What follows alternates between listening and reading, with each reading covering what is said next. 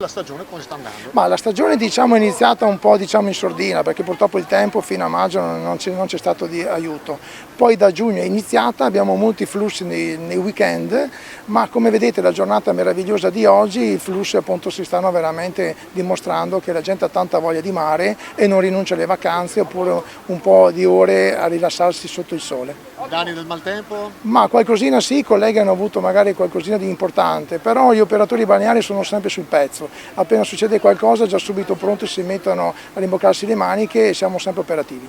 Turismo al 50% italiano e? Ma 50% italiano e tutto il resto magari un ventaglio di stranieri, ovviamente più nella parte europea, che comunque anche quest'anno si dimostra ancora sempre più importante proprio per vedere appunto per ciò che riguarda le accoglienze negli vari settori. Quindi da austriaci, tedeschi, stranieri e anche devo dire anche il ritorno dell'est.